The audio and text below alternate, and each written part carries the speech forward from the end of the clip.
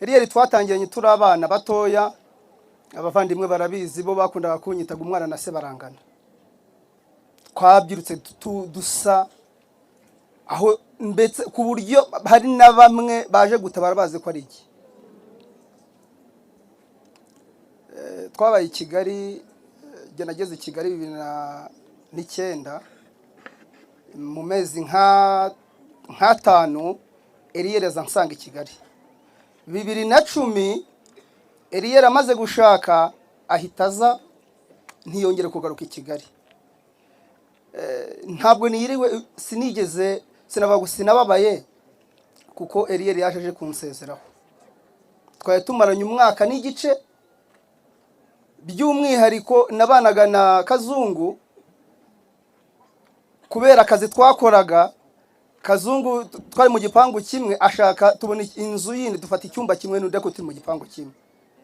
None Eliyeli aje abanza kuba Norvège, arangije arambwira ati kwibana ndumva bitandimo, ku buryo yanambwiraga ati iyo ndi ngenyine mba numva mfite ikintu cy'ubwoba.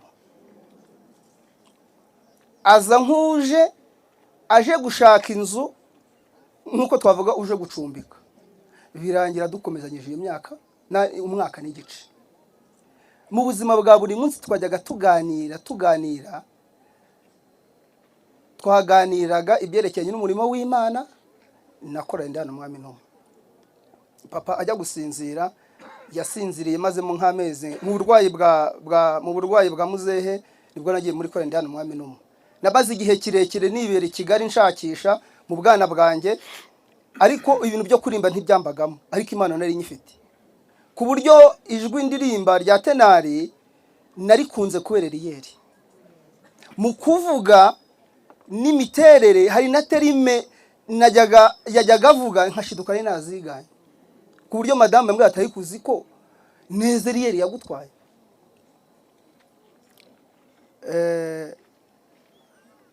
Icyo gika cya mbere cy'uburwayi bwe twaganiriye byinshi, ariko yanteraga igishyika nk'uko umubyeyi agira umwana w'igishyika. Hari igihe cyajya nkajya ngo si mukuru wanjye ahubwo ninjye umuruta. Twaganira nari miterekantera ubwoba. Yambwira ejo bundi hari umusaza twashyinguye nawe aha ngaha avuye gukora anniversaire ise, arangije imodoka imodoka imugongera hariya mu Butansinda arapfa. Nta byumweru bibiri bishize mubwira ntaye kuzi ko bura twageze amahirwe atese kuvi. Ntuzi ko ababyeyi bacu kuba barasinziriye mbere yacu ari amahirwe? Ati hoya. Ndakubwira impamvu. Kuba ababyeyi barasinziriye nta mwana bashyinguye nayo ni amahirwe. Nuko haciyemo iminsi mikeya, arangije mu cyumweru cyashize nibwo yambwiye atari kunarose inzozi zitari nziza. Se gute? Ati narose inzoka inyirukankana kandi yandumye. Ati ubwo ni Satani wangerageje. Naho gane wayakomera. Nakundaga kumuha ibyiringiro cyane kuko naramurebaga yambwira amagambo nkagira ubwoba bwinshi. Nkamutera ibyiringiro. Namubaga hafi cyane nkamutera ibyiringiro. Nkamukunda kumuha umuvandimwe nta soni isomo asomye. Ndamubwira ni Yesu ajya kujya mu ijuru, yarebye umubabaro n'ahantu agiye gusiga abigishwa be, arangije abasigira amahoro. Iryo somo nakundaga kuri mubwira cyane iyo nabonaga acitse intege by'ubuzima, kuko yaje i Kigali atahakunda. Yarambwiraga ati i Kigali simpakunda. Ati n'icyanzanye i Kigali cyaramemukiye. Ati nabaye nka Yona. Ati nabaye nka Yona Imana imutuma Nineve akanga akagitarushisha. Ati nanjye niko byagenze. Eliyeli akambira amagambo nkagira ubwoba. Ku buryo muri iki cyumweru gishize icyumweru mfite ubwoba nzi ko ari ngewe uzagira ikibazo. Mu kazi dukora umugenzi ambwira ngo hagarara, nahagara nkajya hejuru ya borodire kubera ubwoba bwari bundimo. Ejo bundi kuwa mbere w'isabato ngi Kigali naragiye ngeze hano mu ireganiro, hari ahantu agakorosi gutya ari icyapa. Mpura n'ikamyo iherutse kwica nanone umugabo wacu hano, ndayibara ni nka mukara wambwiye ati nuwihuta iriya kamyo nironge shashi murahura muri karaga korosi kaganda kagitambwe gutya kandi karagasenyi karagukurura. Ibyo nakoze rese mbitekereza vuba vuba, sinafashe feri umutima wese ngo nufata feri uramusenyura gukurura. Nahise nkora, naradubuye mu kudubura mita mfungisha vitensi. Nani mfite kane ngaro gatatu ngaro kabiri mita nshimbaraga za moteri mita nkataga korosi yakamye biragiye. Nkomeza kwibaza ku ibyo bintu. Kuwa kane w'isabato turitegura, twabyuka akigisha ikigisho, ingingo y'ikigisho cy'abyigisho byo kwigisha abakuze bya Bibiliya twiga tugira mu itorero ryacu, yakwigisha ingingo ngasenga, naba nigishije agasenga. Byari ibintu biteye ubwoba. Noneho twari duharaye ikintu, nako si uguharara ahubwo navuga ko yakinyigeho mpageze, twasengeraga imiryango cyane. Twasenga mu isengesho, mu gupfurikira isengesho tugasabira imigisha imiryango, akereka abana buryo bari ku ishuri, bari hafi na kure, bari ku mashuri, barinde mana. Nuko arangije kuwa kane w'isabato tumaze kwiga, we yansigaga mu rugo. Iki cyuma nemaze iminsi nacitse intege cyane ku buryo iyo twamaraga kwiga we yajyaga kwitegura, nge nkasigaye n'umujya nkigira ku buriri nkifatira nk'iminota 30 mbanza nkatekereza. Arangije aritegura byose, agiye kugenda aragaruka, ngiye kubona mbona agarutse mu nzu arahagaze, ntiyamvugisha. Amara nk'iminota 3 byo muntu biti umutima urandya. Kuwa nyuma w'isabato ari cyo gihe yakoreye agisida, ngiye kubona nanone mbona aragarutse bigenjeje aryo. Ndangije haje inkuru y'igihuha gatoya, Kazungu arampamagara ati Eliya ambwiye ko mubaje amakuru mvuye mbwa ko afunze. Nihoya mu gihe tubitekerezaho tukibivuga, namugana ahubwo ndabona ari kumpamagara kamwitabe. Hari nka saa 4:40 nari mpagaze munsi ya Mirikorine, ari ambasade y'Abafaransa yahoze. Turimo tuganira rwose hashize nk'iminota nka 30, ndabona ari kumpamagara ahubwo reka mwitabe. Arangije nitaba telefone, niwi ni Mariko ni cyane, ati nyiri nomero akoza gisita. Numva rusokera nkubisi. Ati kandi ati wihute kuko ararembye cyane. Nusanga bazamutse yakore 12 nago ndi busubira uburyo akoza agisida kuko President Donere yabivuze.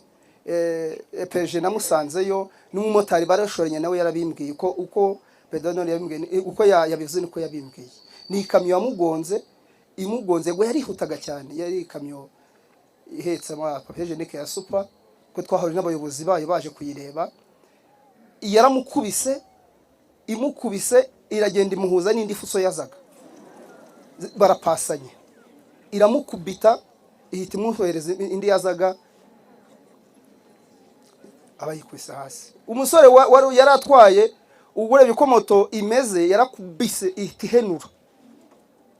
Umusore arikaraga, yakamyo irahagaze, wa musore azahita agwa mu maguru ya yakamyo avamo yirukanka.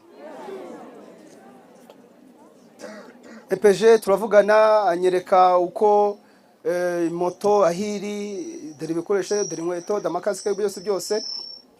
Arangije arambwira ati bijyane. Ese ndabijyana gute? Ati yose tubikujyanire.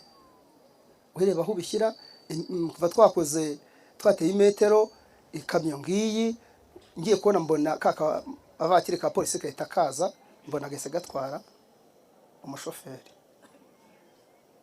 Ariko mu kuva mu mujyi njya 12 nagiye niyakiriye. Niyo mpamvu mwabonye nta n'igihunga mfite. Nta gihunga nigeze njya ku rupfu rwa Eliyeri kuko yansezeye bihagije. Nukuba ibyamubayeho byose keretse ejo bundi kwa nyuma w'isabato byaranze mbyutse ngaruye intesho ko twararanaga ku Gisozi. sinamenye ko ndi no mu rugo, nibwo narize pe, ndarira rwose bihagije, kandi ababyeyi banjye bapfa sinigeze ndira, nari nkomeye, ariko ejo bundi nararize pe, ndavugana amarira ubu arashize. Iyo ntarira ubu nari kuzatera agahinda abantu, ariko kadushimira Imana, nta gitungura Imana. Nk'uko Garafureri yabivuze, ikipe yacu n'ubundi izakomezerwa nk'uko yarwanaga.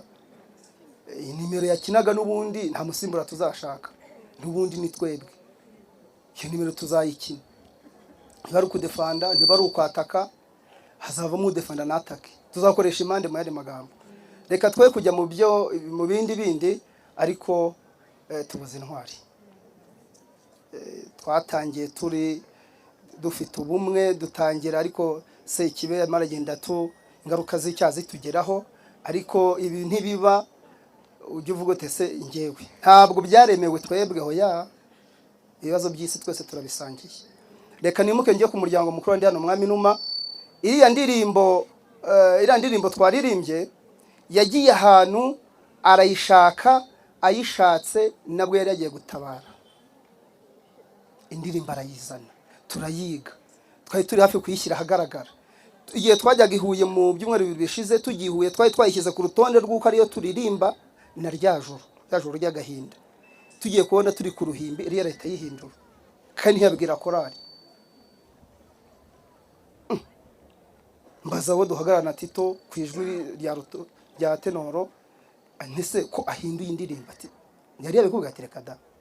Turabyihura turaririmba, tuvuyeyo tugiye mu kigo cy'amashuri ejo bundi nabwo ntiyayiduha. Nk'ikigo ndamubaza nti ariko ko wazanye indirimbo ari na nziza tukanayiga, niki cyatumye tutayirimba, kuki utayiduha? Ati se batwaye twayimenya? Ati ntago turayimenya. Amaze gupfa rero navuze nti